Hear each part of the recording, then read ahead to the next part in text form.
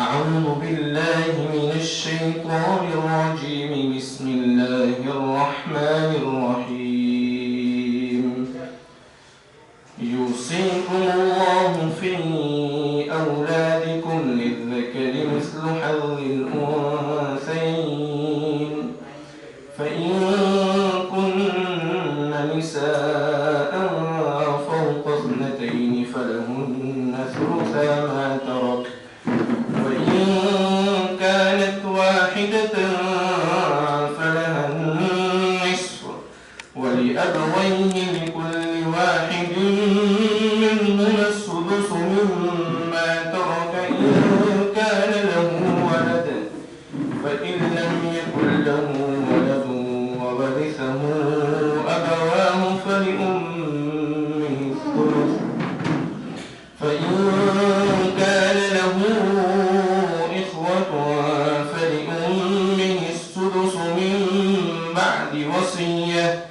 من بعد وصية يوصي بها أو دين. آباؤكم وأبناؤكم لا تدرون أيهم أقرب لكم نفعا فريضة من الله إن الله كان عليما حكيما.